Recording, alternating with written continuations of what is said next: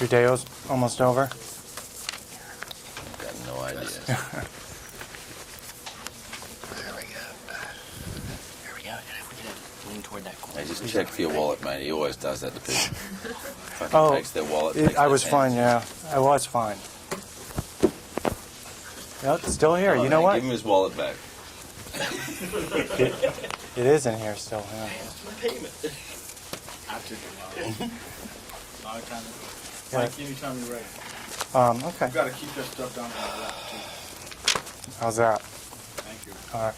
You know, I was intrigued by this because we didn't study John Forbes Nash in school through mathematics. It was critical thinking, which has nothing to do with it. How familiar were you with John Nash? Never heard of him. Really? I'd never heard of him at all. So the script to me was a completely fresh story, you know, embodying characters that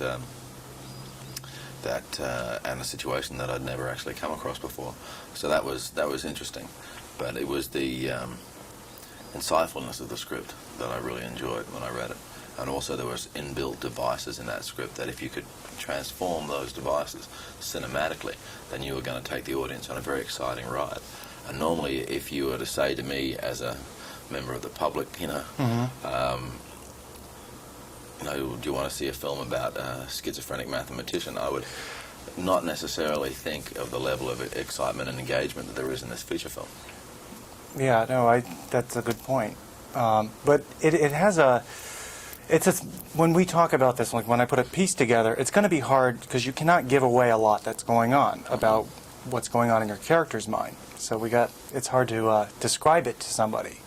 They really need to sit there and watch it unfold.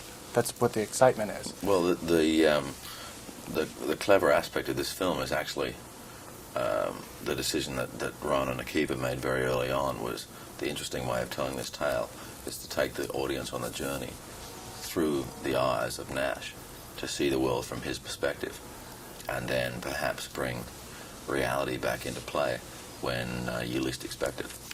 Now, you met John Nash after you began filming? About the second or third day. Okay, so you already had your character down, is that correct? I would assume.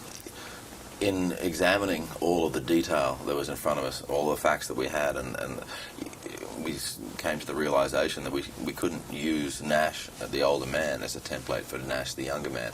So the priority of meeting him prior to beginning shooting, you know, became less and less. I had Ron ask him a number of questions, which he videotaped. So, you know, I'd seen who he was as an older man. I'd seen the way he moved physically and all that. But we really only had 17 black and white photographs of his younger days. And in between those 2 points, you have 35 years of medication and hospitalization. And when you examine the disease and see how it manifests itself physically inside people, from the movements to the way people place their voice, then we realized that using Nash, the older man, would perhaps inform Nash, the younger man, in some very different and incorrect ways. So if we were going to, you know, get to that point and realize that even through the book, which is a singular opinion and not necessarily the absolute truth either, that there was a large space there that we had to fill in with intuition and deduction. We had to take the essential facts of his life, something like the fact that he was born in West Virginia, and therefore that's how he's going to talk. Now, Nash's voice in reality is a mixture of all the different places that he's lived in, you know, including Boston, including Europe, you know. However, Boston and Europe don't figure in the story that we're telling, so they're irrelevant details. So there was a lot of that. There was a lot of spreading out in front of us all of the stuff that we had to look at, and then making some absolute decisions, because until you make a decision, you've got nowhere to go. He's rapping me. He's been rapping. Our 90 seconds are over. Congratulations. Cool.